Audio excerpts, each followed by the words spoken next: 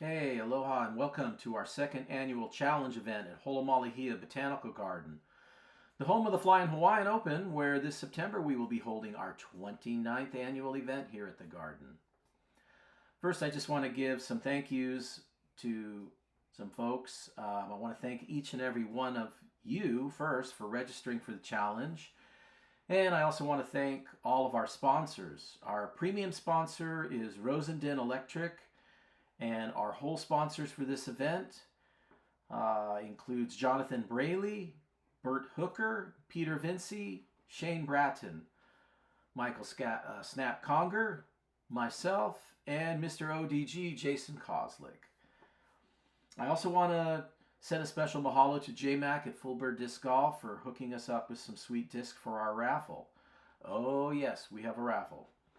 And I want to thank all of our volunteers for donating their time to assist us with setting up and breaking down the course and just helping to make this event what it is today. We really appreciate your kukua. And I also want to thank the staff at Holomalihia for assisting us with parking control, reserving parking stalls for staff at Golf Central, and just working with us these past 30 or so years running our events here at this beautiful garden.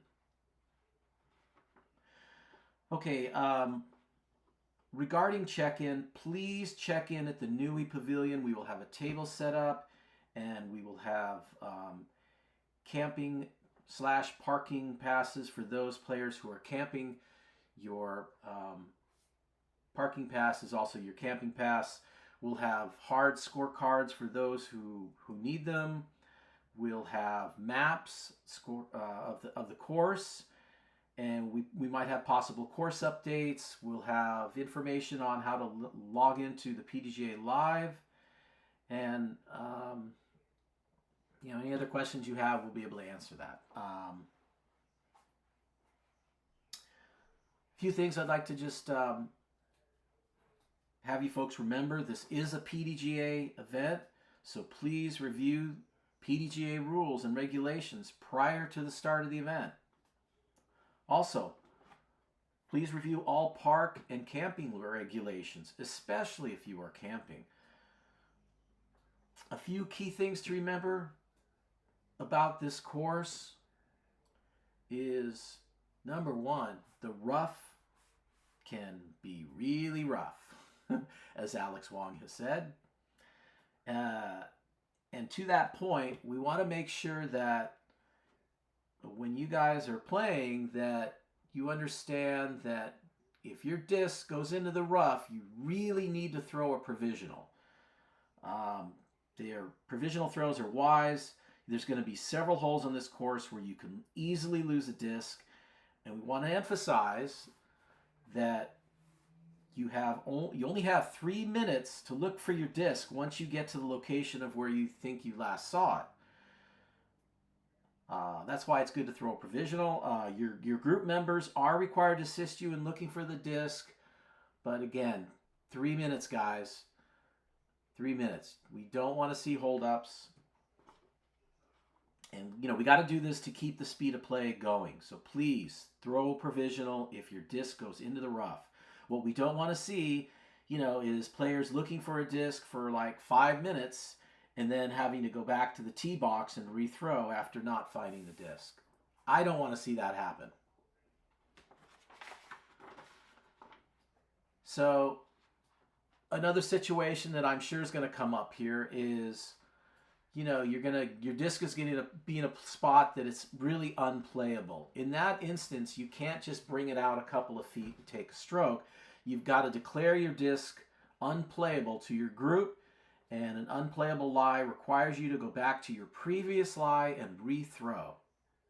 If your disc is unplayable, let your group know that you are declaring your disc to be unplayable, and then you must go back to your previous lie, take a stroke, and rethrow. Now, if that throw is on the tee box, then you got to go back and re-tee. Okay, all the roads on the course you will see are going to be played as a bunker, except for the parking lot along hole 4, and I'll get to that in a bit. But the roads throughout the course is considered a bunker. If your disc lands in the road bunker, you take a stroke and you play from your lie. Regarding OBs, if your disc is OB, bring the disc back into the closest inbounds location, whether it crossed over from the bunker or from a fairway into the OB. Bring it back in, and you play your throw from there, and you take a stroke. Lost discs. If you lose a disc over a fence, or you sail it over some bushes and it's gone, you've got to go back to your previous lie and rethrow with a stroke penalty. There are water hazards on this course. There's a stream down near hole 12 and 16, 17, that area. There's a lot of overgrowth around the stream, so it's really easy to lose a disc in there. But if your disc is surrounded by water or submerged, it's OB. Just be aware of that. Again, we're going to hold people to the 3-minute rule, so when you arrive at where you think is the last location you saw your disc, you got 3 minutes. After that, you can be warned by your group or other groups. And the second warning is a stroke penalty. There is going to be no 3-meter rule for this event. However, be mindful and be careful around all the plants and trees in this park, especially the palms. A lot of palms in this park are rare and worth a lot of money, especially like the palm near the basket on hole 9. That thing's worth about $40,000, I've been told. So just be aware of that, and be aware that they are watching us. The park officials are watching us. They're going to be watching us for smoking. They're going to be watching us for drinking. They're going to be looking in the trash cans to see if there's, empty containers. So just be aware of that, and please, please try to keep things under control. There is no smoking or drinking in this city park, and also this is an official PGA sanctioned event, so there is no alcohol or smoking of any kind allowed. The players in your group or even another group can give you a courtesy violation, and you're going to get one warning. After that, you can be disqualified from the event at my discretion. We do not want to lose our ability to get permits for having events here at Holomalahia. We've been playing at Holomalahia for almost 30 years now, and trust me, you don't want to be the guy who gets that taken away from us. Okay, so we're just going to do a little low-tech review of the course here really quickly. If I take it into hole 1, the line that you see there throwing towards the basket is not actually the line we're going to be playing to the basket from. It's going to be more like straight from where it shows the tee box hole 1 straight at the basket. And if any of you have played this hole before, the big wall that was there before is no longer there. So that will not be an obstacle for us on hole 1. On hole 2, you'll be playing across the road to a basket. The road is a bunker. And then hole 3 is going to be a short little lefty hyzer. And hole 4 runs along the parking lot, and there's also an OB line that parallels the fairway. If your disc goes in the parking lot, it's OB. Watch out, there's also OB long on this hole. Hole 5. Hole 5 is a fun hole that a lot of people probably remember. There's going to be an OB line down the left side of the fairway and also back behind the basket, so be aware of that. Hole 6 will be throwing in the opposite direction, and there is a Mando to the left of the tree. If you miss the Mando, there's going to be a couple flags there as a drop zone to throw from. It's also possible to go long left over the OB line. In that case, you're going to take a stroke and bring it back into play. Hole 7, there's also a Mando left of the tree. And if you miss the Mando, there's a couple of flags to throw from. On hole 8, be aware that the trees are really overgrown. Not the trees, I'm sorry. The scrub all around the bottom of the trees. They haven't cut the grass there in a while, and there's been a lot of tall shrubbery like growing around at the base of the tree. It's kind of like knee high, and it's really easy to lose a disc there. So just be careful. Hole 9 is over the road and down near that small palm. The road is bunker on this hole. Be really careful. It's really easy to lose your disc to the right of the road in the rough.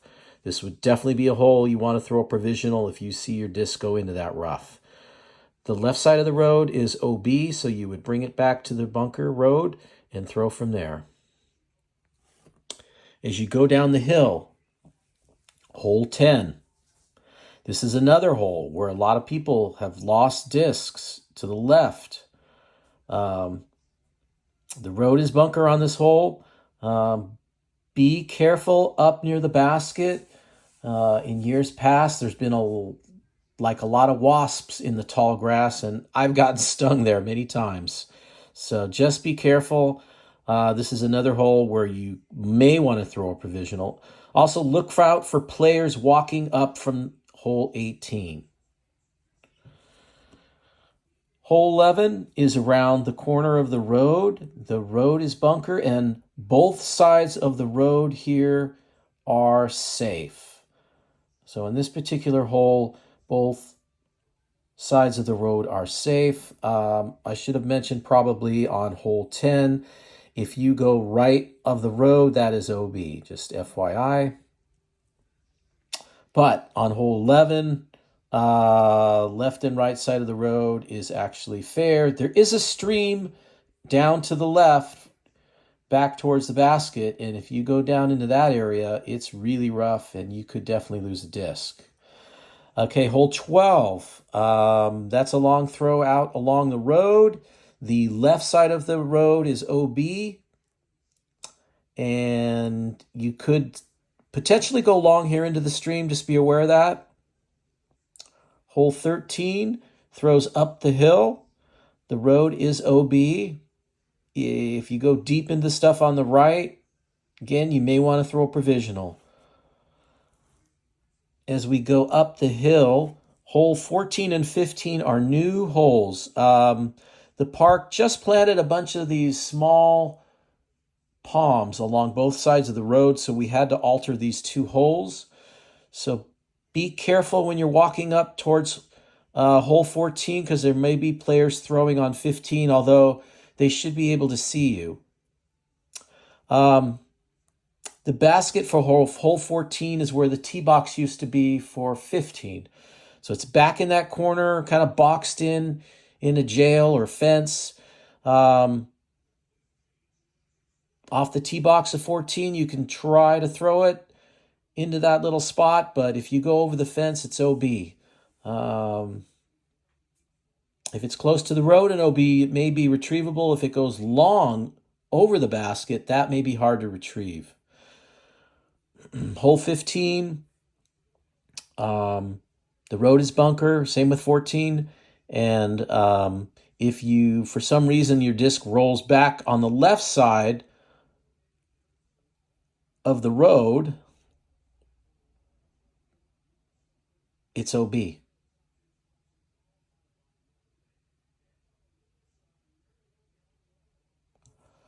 On hole 16, this hole, you've got to clear the fairway of hole 13, and you've got to clear the road, to be fair. You could go long here into the stream, so be careful about that, and it's really rough in there, like I said. So you don't want to be throwing long. You must clear the fairway of 13, at least to the road, or you're OB, and you've got to re-tee. Hole 17 is from the bridge, and The road is OB. The left side of the road is OB. I'm sorry, the road is not OB. The road is bunker. The left side of the road is OB. The stream down to the right side of the fairway there, it's definitely possible to end up down in there. Just be careful. It's slippery down there. There's a lot of overgrowth. And if you're in the stream, you are OB. When you finish hole 17 and you're walking up to hole 18, be around that corner, be careful, because there could be some throws coming in from hole 11. Hole 18 is from the road, and the road is bunker, and the right side of the road is OB. You land OB, just bring it back into the bunker and throw again. Okay, guys, a few last things I want to mention before I go. Parking for the event. If you're not camping and you're going to be coming and going each day, you must park in either the Kahua Kukui or the Kahua Hau parking lots. Look for our parking signs. We're going to have some parking signs. And also, you must obtain a parking pass if your car is going to be in the park after 4 p.m. Even if you don't think so, you're going to be there after 4. Just get a parking pass. It'll be good for the whole weekend. You can put it on your dash. Every car in the park after 4 needs to have a car parking pass clearly visible. They will be asking you at the entrance when you come in if you're there for the event, and if you need a parking pass, tell them yes. However, if you're camping for the weekend, don't take one of their parking passes. We will be giving you a parking pass on Friday or Saturday, probably Saturday at check-in, but Friday I'll have them with me all day, and you don't need to get a parking pass at the gate. I will have your parking pass, which is also your camping pass, and you just put that in on your dash. We're also going to be running a shuttle, a carpool for the day use parking lots at Kahua Kukui and Kahua Hau parking lots from around 9 a.m. to 10 a.m. on Saturday and Sunday. Look for our parking signs. The shuttle will take you up to Golf Central at the pavilion. You can stop by our table and check in, drop things off. If you want to drive up, and you can do that, but there's no parking at the pavilion. It's not available whatsoever. It's only for staff. Additionally, you cannot park at the Nui Makai parking lot. That is only for campers who I give a camping parking pass to. If you're camping for the weekend, you must park at the Nui Makai parking lot, which is designated for campers. I have a total of 18 parking passes. They're almost all spoken for. And you should receive notice by tomorrow, Thursday, of your assigned campsite. I will have your campsite information and car camping passes available on Friday and Saturday. Like I said, we've reserved the following campsites for the weekend: campsite 26, 27, 28, 29, 30, and 31. Please keep in mind that we are only allowed 3 car passes per campsite for a total of 18 car passes. Although we can accommodate 60 campers, that's at 10 at each campsite. We're only permitted for 2 tents per campsite for a total of 10 people at the campsite. And remember, please comply with all the park rules. Like I said, no alcohol, no smoking, no generators, no pets. And fires must be in built-in stoves, fire pits, or campfire rings where provided. What else? No throwing of discs or having any baskets in the camping area whatsoever. They're really strict about that. As I mentioned, we're going to be having a raffle. We're going to raffle off a basket and a bunch of other stuff. Don't miss out. Your registration to the event gets you 1 free ticket in the raffle, but we'll be selling more tickets. Also, we do need help with setup and breakdown. We really need your assistance, so please come early on Friday and help us set up. The sooner we get the course set up, the sooner you'll be able to get out there and throw plastic. The first 5 players who show up to help set up will get a free t-shirt. After we finish the round on Sunday, we kindly ask that if you're on your last hole, you know there's nobody else going to play that hole, please bring the basket to the road, break it down, grab the cones, anything else that was on that hole, bring it to the road. Also, I'm going to be barbecuing lunch on Saturday. It'll be available. You can just walk through, grab and go from the pavilion. We're going to have 3 water stations around, one near hole 10, one down near the stream, and one up at the pavilion. I also have a first aid station at the pavilion if you get injured or get stung by a wasp or a bee. Okay, that's it, guys. I will see you on Friday. Aloha.